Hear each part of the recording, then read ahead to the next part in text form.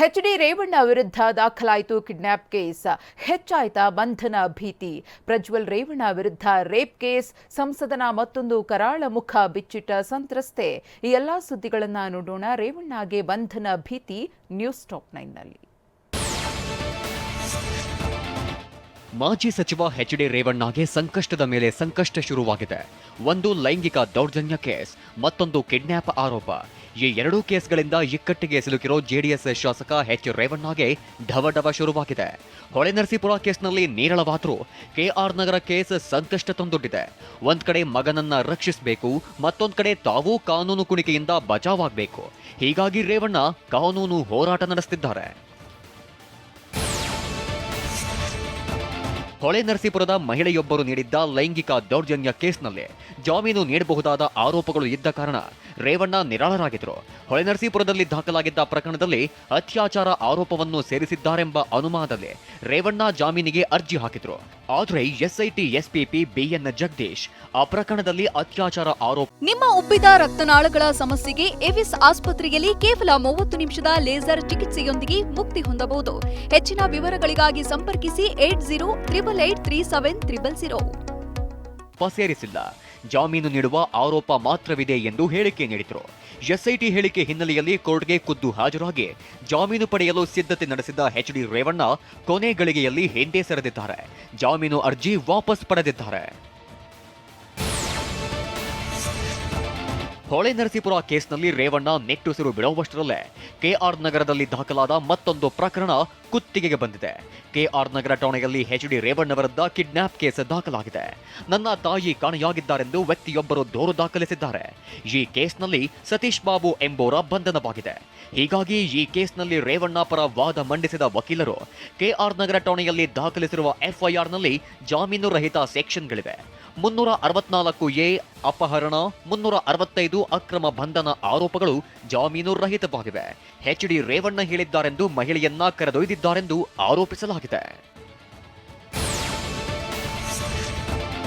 ರೇವಣ್ಣ ವಿರುದ್ಧದ ಆರೋಪವನ್ನ ಅವರ ವಕೀಲರು ತಳ್ಳಿ ಹಾಕಿದ್ದಾರೆ. ಪ್ರಕರಣಕ್ಕೂ ಎಚ್.ಡಿ. ರೇವಣ್ಣಗೂ ಸಂಬಂಧವಿಲ್ಲ. ದೂರಿನಲ್ಲಿ ಮಹಿಳೆಯ ಹೆಸರನ್ನೇ ಉಲ್ಲೇಖಿಸಿಲ್ಲ. ಇಂದು ಎಸ್ಐಟಿ ಮುಂದೆ ರೇವಣ್ಣ ಹಾಜರಾಗಲು ಸಿದ್ಧರಿದ್ದಾರೆ. ಹೀಗಾಗಿ ಈ ಪ್ರಕರಣದಲ್ಲಿ ಮಧ್ಯಂತರ ಜಾಮೀನು ನೀಡಬೇಕೆಂದು ವಕೀಲರು ಮನವಿ ಮಾಡಿದ್ದಾರೆ. ಆದರೆ ಈ ಪ್ರಕರಣದಲ್ಲಿ ಎಸ್ಐಟಿ ವಾದವನ್ನು ಕೇಳಬೇಕೆಂದು ಅಭಿಪ್ರಾಯಪಟ್ಟ ಜನಪ್ರತಿನಿಧಿಗಳ ವಿಶೇಷ ಕೋರ್ಟ್ ನ್ಯಾಯಾಧೀಶರಾದ ಸಂತೋಷ್ ಗಜಾನನ ಭಟ್ ಮಧ್ಯಂತರ ಜಾಮೀನು ಅರ್ಜಿ ವಿಚಾರಣೆಯನ್ನ ಇಂದು ಬೆಳಗ್ಗೆ 11 ಗಂಟೆಗೆ ಮುಂದೂಡಿದ್ದಾರೆ. ಸಂಸದ ಪ್ರಜ್ವಲ್ ರೇವಣ್ಣಗೂ ಇಕ್ಕಟ್ಟಿನ ಪರಿಸ್ಥಿತಿ ಎದುರಾಗಿದೆ. ಪ್ರಜ್ವಲ್ ರೇವಣ್ಣ ಸಾವಿರಾರು ಜನ ಮಹಿಳೆಯರ ಮೇಲೆ ಲೈಂಗಿಕ ದೌರ್ಜನ್ಯ ಎಸಗಿದ್ದಾರೆ ಅಂತ ಹಲವರು ಆರೋಪಿಸಿದ್ದಾರೆ. ಆದರೆ ಪ್ರಜ್ವಲ್ ವಿರುದ್ಧ ಯಾವೊಬ್ಬ ಸಂತ್ರಸ್ತೆಯರು ಕೇಸ್ ದಾಖಲಿಸಿರಲಿಲ್ಲ. ಇದೀಗ ಸಂತ್ರಸ್ತೆಯೊಬ್ಬರು ಧೈರ್ಯ ಮಾಡಿ ಮುಂದೆ ಬಂದಿದ್ದಾರೆ. ಎಸ್ಐಟಿ ಮುಂದೆ ಹೇಳಿಕೆ ದಾಖಲಿಸಿದ್ದಾರೆ. ಸಂತ್ರಸ್ತೆ ನೀಡಿದ ಹೇಳಿಕೆ ಆಧರಿಸಿ ಪ್ರಜ್ವಲ್ ವಿರುದ್ಧ ರೇಪ್ ಕೇಸ್ ಹಾಕಲಾಗಿದೆ. ನಂತರ ಕೋರ್ಟ್ನಲ್ಲಿ ಸಿಆರ್ಪಿಸಿ 164 ರಡಿ ಹೇಳಿಕೆ ದಾಖಲು ಮಾಡಲಾಗಿದೆ. ಪ್ರಜ್ವಲ್ ವಿರುದ್ಧ ಆರೋಪ ಮಾಡಿರುವ ಸಂತ್ರಸ್ತೆ, ನಾನು 2021ರಲ್ಲಿ ವಿದ್ಯಾರ್ಥಿನಿಗೆ ಬಿಸಿಎಂ ಹಾಸ್ಟೆಲ್ ಸೀಟ್ ಕೊಡಿಸಲು ಸಂಸದ ಪ್ರಜ್ವಲ್ ಬಳಿ ಹೋಗಿದ್ದೆ. ಹಾಸನದ ಎಂಪಿ ಕ್ವಾರ್ಟರ್ಸ್ಗೆ ಹೋಗಿದ್ದಾಗ ನನ್ನ ಮೇಲಿನ ಮಹಡಿಗೆ ಕರೆಸಿದ್ರು. ಅಲ್ಲಿದ್ದ ಮಹಿಳೆಯರ ಜೊತೆ ಮಾತನಾಡಿ ಅವರನ್ನ ಹೊರಗೆ ಕಳಿಸಿದ ಸಂಸದ ಪ್ರಜ್ವಲ್ ನನ್ನನ್ನ ರೂಮ್ಗೆ ಕರೆದ್ರು. ಬಟ್ಟೆ ಬಿಚ್ಚಲು ಹೇಳಿದ್ರು. ನಾನು ಹೇಳಿದ ಹಾಗೆ ಕೇಳಲಿಲ್ಲ ಅಂದ್ರೆ ನಿನ್ನ ಗಂಡನನ್ನ ನಿನ್ನನ್ನ ಬಿಡುವುದಿಲ್ಲ, ಮುಗಿಸಿ ಬಿಡ್ತೇನೆ ಅಂತ ಬೆದರಿಕೆ ಹಾಕಿದ್ರು.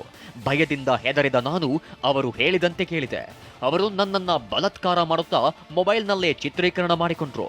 ಅದೇ ವಿಡಿಯೋ ತೋರಿಸಿ ಬ್ಲಾಕ್ ಮೇಲ್ ಮಾಡುತ್ತಾ ಪ್ರಜ್ವಲ್ ಹಲವು ಬಾರಿ ಲೈಂಗಿಕ ದೌರ್ಜನ್ಯ ಎಸಗಿದ್ದಾರೆ ಅಂತ ಆರೋಪಿಸಿದ್ದಾರೆ.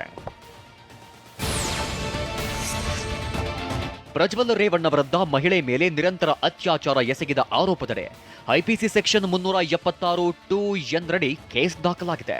ಹಾಗೆಯೇ ಅಪರಾಧಿಕ ಉದ್ದೇಶದಿಂದ ಬೆದರಿಸುವುದು, ಲೈಂಗಿಕ ಬೇಡಿಕೆಗೆ ಒತ್ತಾಯಿಸುವುದು, ಅಪರಾಧಿಕ ಉದ್ದೇಶಕ್ಕೆ ಮಹಿಳೆ ಮೇಲೆ ಹಲ್ಲೆ ಮಾಡುವುದು ಸೇರಿದಂತೆ ಇಚ್ಛೆಗೆ ವಿರುದ್ಧವಾಗಿ ವಿಡಿಯೋ ರೆಕಾರ್ಡ್ ಮಾಡಿದ ಆರೋಪದಡಿ ಕೇಸ್ ಹಾಕಲಾಗಿದೆ.